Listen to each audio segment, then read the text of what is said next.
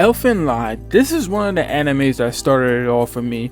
This is one of the first animes that I've watched that contained so much blood, so much graphic content, nudity, and depictions of violence. This is back when anime gave you no warning whatsoever. Now I just want to talk more about how this anime Elfen Lied has resonated with me throughout the years of watching it. I'm just going to talk more about Elfen Lied and why this anime has resonated with me throughout the years and why it's still one of the most memorable animes I've ever watched. And before I even talk more about that, please remember to like this video and subscribe to my channel. I would highly appreciate it. I just remember discovering Elfen Lied through Anime Network on Demand. This is when I first started watching more animes outside of Toonami and on-air television channels.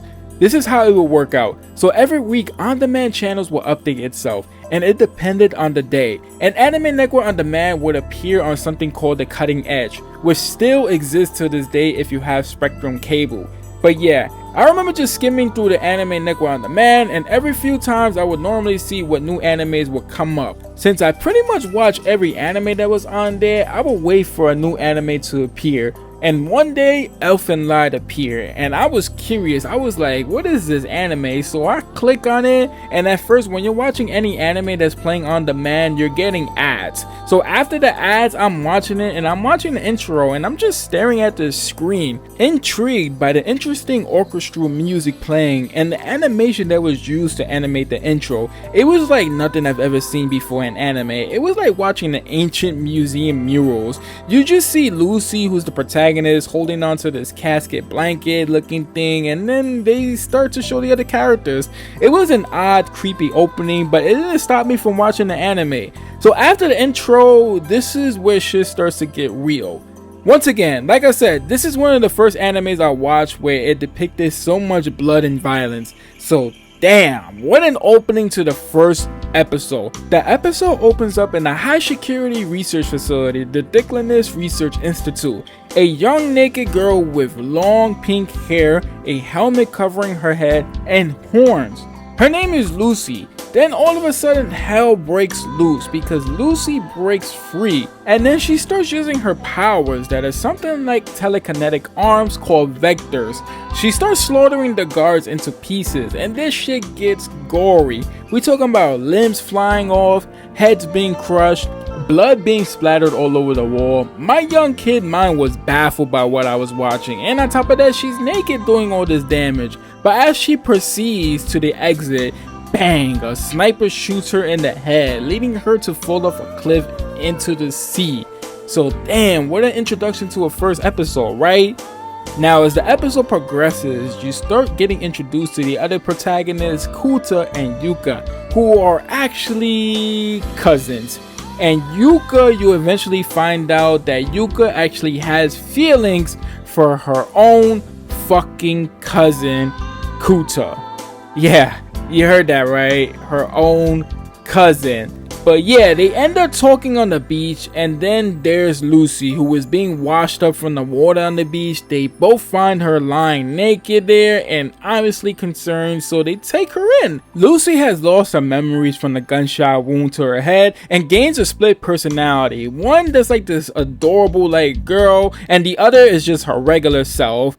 When they discovered her, the only words that were coming out of her mouth was "new," which at first I thought she was saying "mew" because it seemed like she had like cat ears, but it was just her horns. This is just what I thought when I was younger, but anyways, they ended up naming her "new" since those are the only words she was speaking. The second episode sticks with the bloody vulgarness with the battle between Lucy and Bando, who is a sadistic soldier who just wants to eliminate Lucy by any means necessary. And the battle scene between these two is literally brutal because literally Lucy obliterates one of his comrades, rips him into pieces.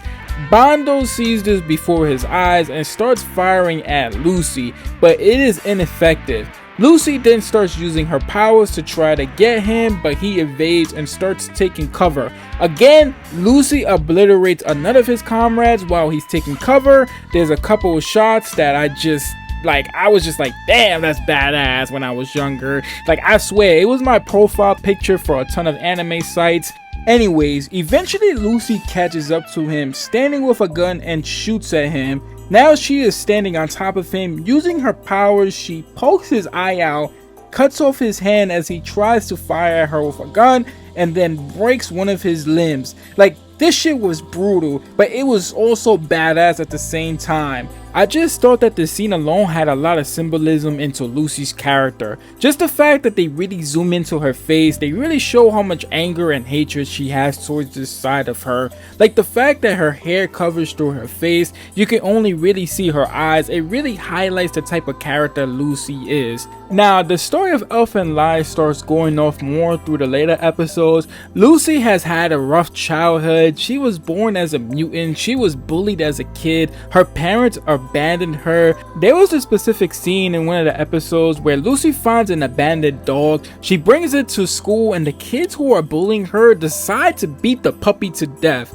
And that triggers the hell out of Lucy, and she obliterates every last one of these kids in the room, and blood is just splattered all over the walls, and you just see her standing there. Like, she really had it rough as a kid. And then you later find out that Kouta was also a part of her childhood. As he remembers everything slightly, Kouta treated Lucy like an actual human being, and for the first time Lucy feels cared for. So that makes Lucy develop strong feelings for him. She didn't want him being around any female, whether it was his sister, his mother, anyone. Out of misunderstanding and jealousy, she even murders her father and sister, which causes Kouta's memory suppression.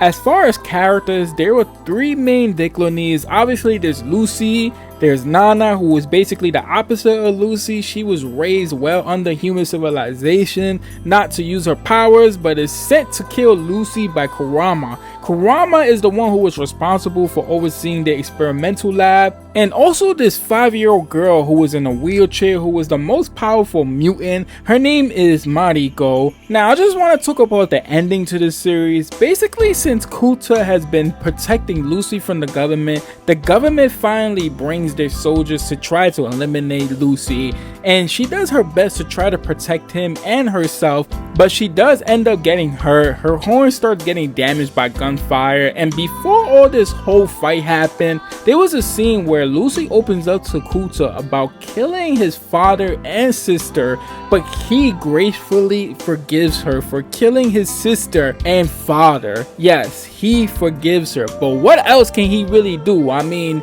I wouldn't want to mess with Lucy. And then he basically confesses to Lucy that he loves her, and then Lucy bids her final farewell, and the camera goes off screen, and all you hear is gunfire at that point.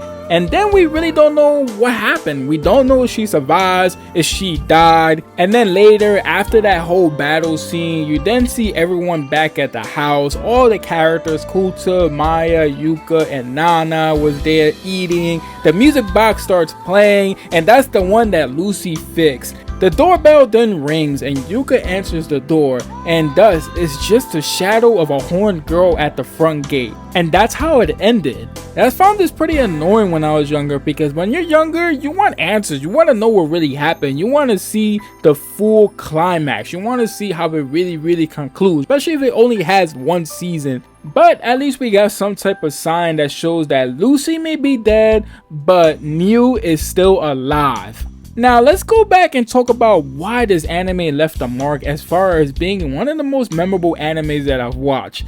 Like I mentioned earlier, this is one of the first animes I watched where it was just a bunch of violence, blood, nudity, and everything. You know, I have watched animes that were pretty bloody, but I do remember watching like Akira, Samurai X, and obviously Dragon Ball Z, but nothing was comparative to like Elfen Lied. Like, this was on another level, and I had to watch this on my own time. I didn't watch anime around my family. I watched it privately, so I remember watching a lot of the episodes in my mother's room while she was at work. And this was literally one of my first favorite animes at the time. I don't know why. Like, maybe it's because it was bloody. Maybe because I thought Mew as a protagonist was fucking adorable. Maybe because it had nudity, and at the time I was really big into anime girls. Like, back when I was younger, I really had this thing where if I really liked an anime character, I would make that character my persona in real life. For example, like, you guys know Hinata from Naruto, right? The fact that she was shy and she wears a gray sweater character, I personally used to do the same thing.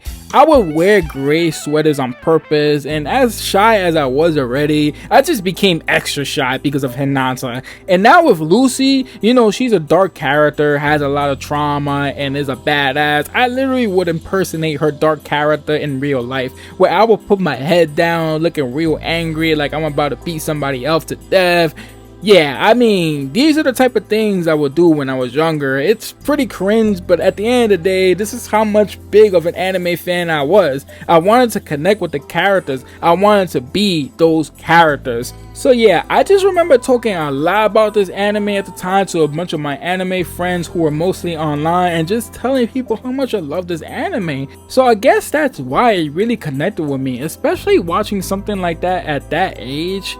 It's like something you're not supposed to watch, but you end up watching it anyways. And unfortunately, since this anime hasn't aged well, I feel like watching it now would be more for nostalgic sake rather than going back to watch it for enjoyment. And now I can say the same for a bunch of animes that I used to watch growing up, but either or, I still love Elfen Lied, and it will continue to be one of my most memorable favorite animes of all time. Anyways, that's most of why Elfen Lied has resonated with me through time, and why it's one of the most memorable animes that I've watched. If you have any memories with watching Elfen Lied, if you want to talk about the story, the characters, or anything about that, please leave a comment. And if you got this far into the video, I really appreciate you, and please support me by liking this video and subscribing to my channel. I will highly appreciate it. My name is Sam Maddock, and I'll see you guys on our next video.